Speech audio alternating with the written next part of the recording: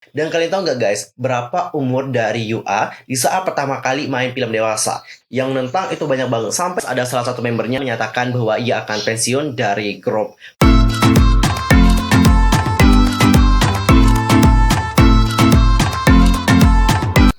Hai guys, I'm Mr. Kim. Welcome back to my YouTube channel. Nah, gimana kabarnya hari ini? Baik-baik aja dong ya. Dan bagi semua yang punya problem, pokoknya tetap semangat ya guys. Don't give up. Oke, untuk hari ini kita akan membahas tentang salah satu girl group dari Korea, yang mana girl groupnya ini itu sempat mau di-ban. Kenapa mau di-ban alias dilarang untuk berkarya? Karena ternyata anggota-anggotanya ini merupakan pemain film dewasa. But wait, sebelum kita bahas bersama-sama lebih lanjut tentang grup tersebut, pastikan dulu untuk tekan tombol subscribe, bunyi loncengnya, serta jangan lupa juga buat like, comment, and share ya. Tanpa basa-basi lagi, langsung aja yuk kita bahas bersama-sama. Guys, kalian tuh pasti shock banget kedengar hal ini. Jujur, aku aja yang pertama kali denger itu kayak shock banget dan bertanya-tanya, emang ada ya grupnya gitu, serius. Dan aku udah cari informasi dan ternyata boom, ketemulah guys. Oke, lalu siapa sih nama girl groupnya? Untuk girl groupnya sendiri ini namanya adalah Honey Popcorn. Udah bener gak sih cara ngucapinnya? Jadi untuk Honey Popcorn ini merupakan girl group K-pop Jepang yang beranggotakan 5 orang member. Dan mereka ini debut di bawah agensi Kyun Create. Jadi grup ini debut pada tanggal 21 Maret 2018 dengan mini album pertama mereka yang bertajuk BBD Babidi Bu. Namun saat mereka debut, untuk anggota member itu hanya 3 orang saja. Setelah itu, ada penambah member lagi menjadi 5 orang, ada satu member lagi yang keluar jadi 4 orang aja yang tersisa untuk sekarang ini. Untuk mengenai masalah konsep yang mereka gunakan ya, setelah aku lihat bagaimana MP dari mereka, itu konsepnya sih cute gitu sih.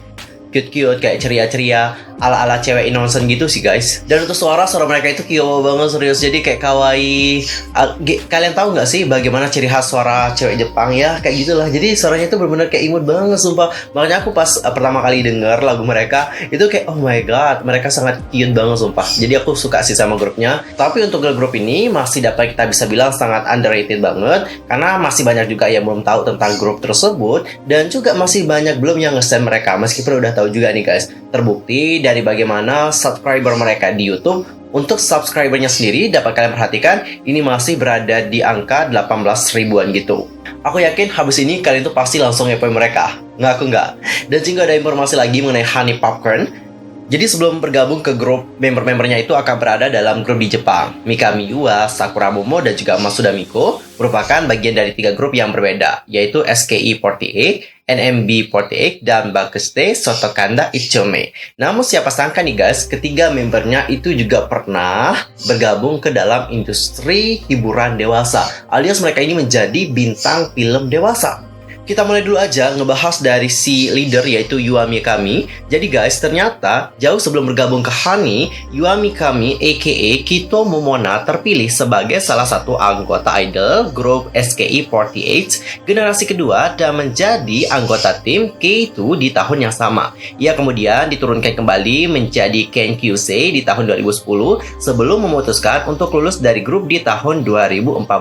Jadi ia itu sempat beberapa kali berganti tim gitu loh guys.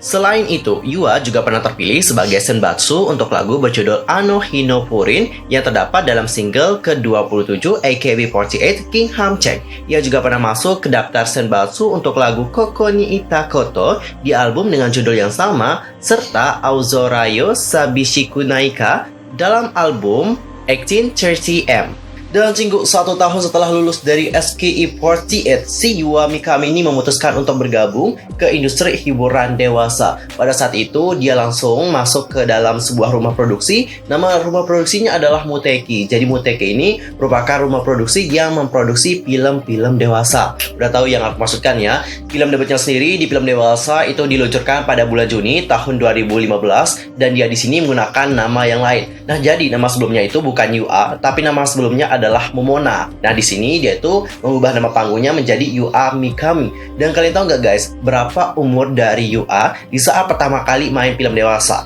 Jadi umurnya itu masih muda banget, yaitu 21 tahun. Lalu pada tahun 2016, ia kemudian merilis single debut solonya yang berjudul Reborn. Lagu utamanya itu merupakan lagu remake dari penyanyi yang bernama Hori Chemi dengan judul yang sama.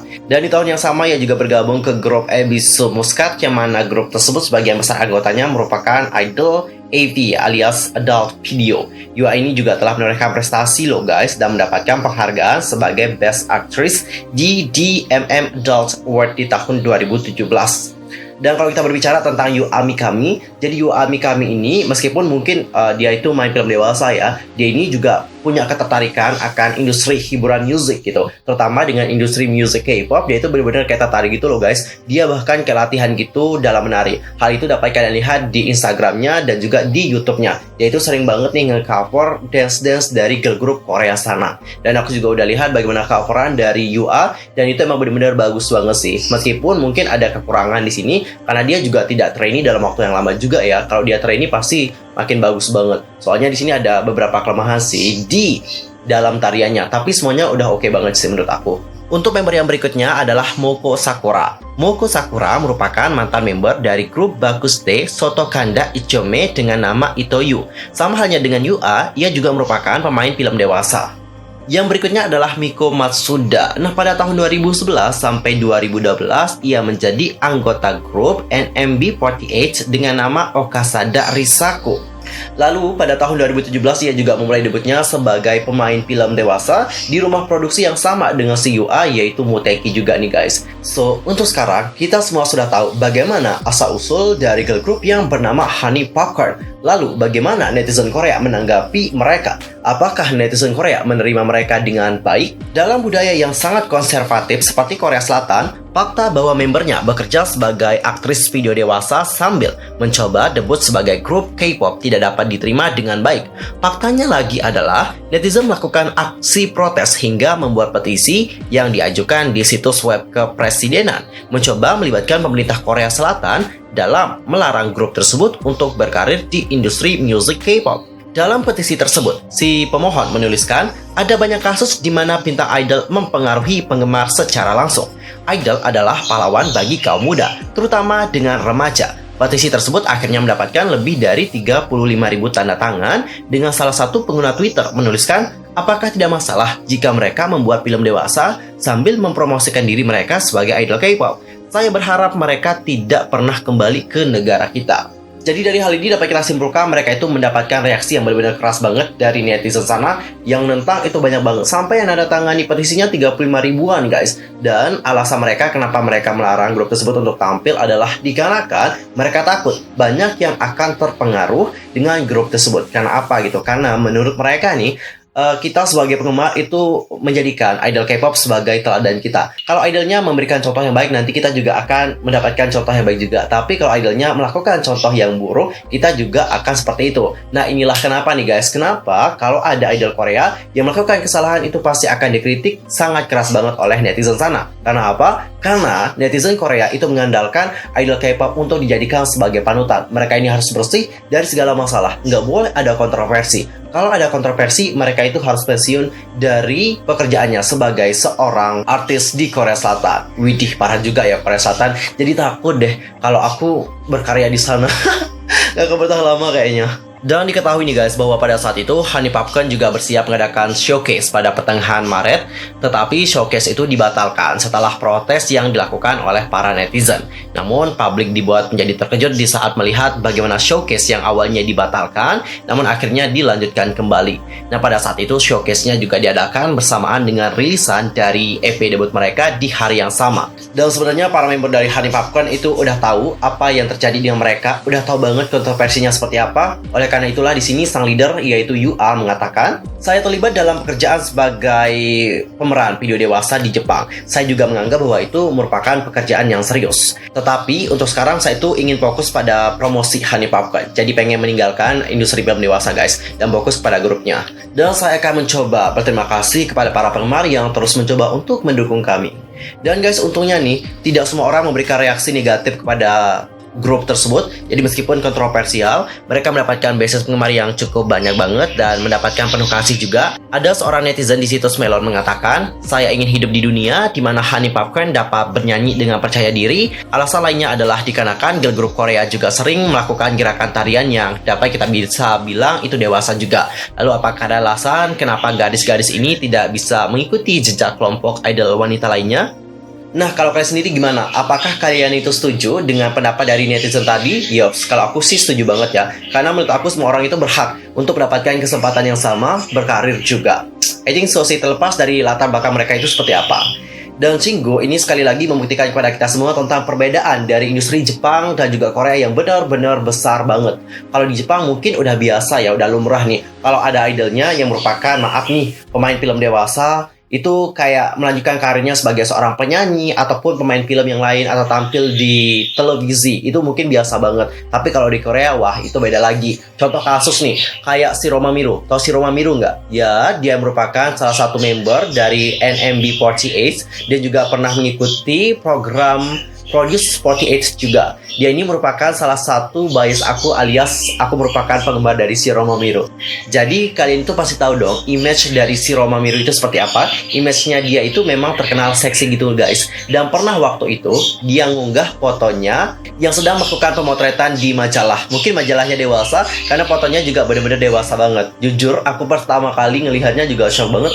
Shiro Mamiru, oh my god gitu. Kayak shock banget kan guys. Dan di sana setelah aku lihat komentar-komentar, banyak sekali yang memberikan komentar buruk kepada si Shiro Mamiru, which mean ini tuh merupakan culture shock, yang mana kalau di Jepang ini tuh adalah hal yang biasa. Tapi kalau untuk negara-negara yang konservatif seperti Indonesia mungkin ya, dan juga Korea Selatan, itu pasti akan terkejut banget melihat bagaimana artis di sana. Dan bahkan pernah suatu ketika salah satu member dari IZ*ONE yaitu Jang Won-yo itu membawa sebuah photobook atau majalah, aku lupa banget, tapi guys di majalah itu ada fotonya Shiro Mamiru, yang mana fotonya Shiro Mamiru itu benar-benar kayak seksi banget kan di sana. Nah pada saat itu banyak sekali yang membicarakan tentang hal tersebut. Tapi menurut aku itu adalah hal yang biasa sih. Kenapa? Karena Jang Won-yo sendiri itu merupakan sahabat dari Shiro Mamiru. Jadi fine-fine aja dong ya kalau dia juga ngebawa majalah sahabatnya. Gak hanya tentang Shiro Mamiru aja guys, tetapi ada juga girl group yang namanya adalah Ebisu Muscat. Nah seperti yang aku telah bahas tadi, girl group ini awalnya terdiri dari idol yang merupakan pemain film dewasa dan juga pertama kali dibentuk pada tahun 2008 sebagai bagian dari variety show TV Tokyo bertajuk Onegai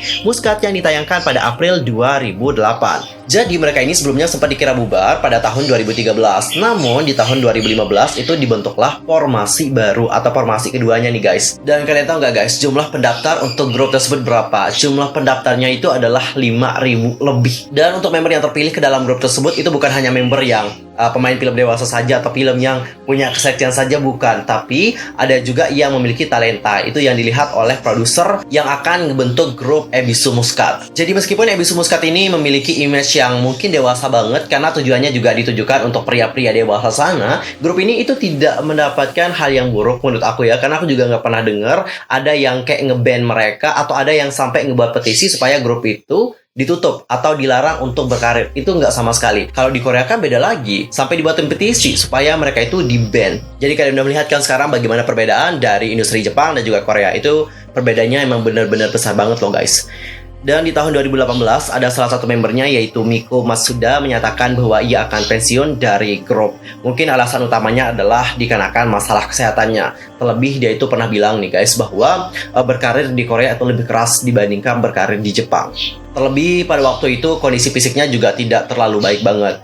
Dan buat penambahan referensi tentang bagaimana perbedaan dari industri Jepang dan juga Korea, aku saranin ya buat kalian supaya nonton Produce 48. Di sana juga udah diperlihatkan dengan jelas bagaimana perbedaan yang besar banget antara grup dari Jepang dan juga grup dari Korea. Grup dari Korea atau idol dari Korea itu emang menjalani kehidupan yang benar-benar keras banget. Dari awal sampai mereka itu debut semuanya dilalui dengan cara yang benar-benar keras banget. Tidak ada yang mudah bagi perjalanan seorang idol K-pop. Jadi, untuk menjadi seorang idol K-pop itu emang benar-benar butuh kesiapan banget. Nggak hanya kesehatan fisik saja, tapi kesehatan mental juga benar-benar penting banget.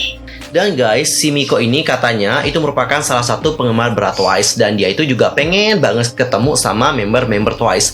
Lalu guys, pada Juni 2019 ada 3 anggota baru yang dimasukkan. Mereka adalah Nako Miyase, Ruka Tajima, dan Sara Izumi. Dan beberapa di antara mereka pernah juga menjadi bagian dari grup lain. Misalnya untuk Sara Izumi pernah bergabung ke dalam grup Chokole and Idling dengan nama Kaida Hashimoto. Lalu ada juga Nako yang pernah bergabung ke dalam grup Sherbet. Namun pada akhirnya Nako itu keluar dari grup pada Desember 2020. Dan pada tanggal 16 Januari 2021, Nako ini menuliskan di Twitter bahwa grup tersebut dibubarkan. Lalu dia itu kembali mengkoreksi pada tanggal 19 Januari 2021 dan mengatakan bahwa ternyata grup tersebut tidak benar-benar dibubarkan menurut perusahaan dari Honey Popcorn. Jadi udah fix ya guys, grup ini itu tidak bubar, tapi grupnya masih ada. Tapi sampai sekarang itu belum comeback. I don't know apa yang akan terjadi kepada mereka. Apakah mereka akan comeback dan juga melanjutkan karir mereka ke depannya atau bagaimana nih? Nah, kalau kalian sendiri melihat bagaimana grup dari Honey Popcorn itu bagaimana nih? First impression kalian atau bagaimana pandangan kalian terhadap mereka, langsung aja komen di kolom komentar. Kalau menurut aku sih, selama mereka itu bagus dan juga benar-benar baik sih, why not sih untuk kita stand gitu. Tapi kalau seandainya emang tidak terlalu ngena di hati kita, ya udah, nggak harus dipaksa juga sih buat nge-stand mereka. Tapi setelah aku lihat sih, grupnya emang benar-benar bagus juga kok guys. Oke, cinggu sekian aja untuk hari ini ya. Aku mohon maaf kalau ada kesalahan, beda ucapan, sikap, tindakan, dan sebagainya. I'm so sorry banget. Dan mungkin ada kesalahan informasi, silahkan koreksi aku dengan cara komen di bawah. See you next time di video berikutnya. Thanks for watching. Annyeong. Kamsahamnida. Goodbye.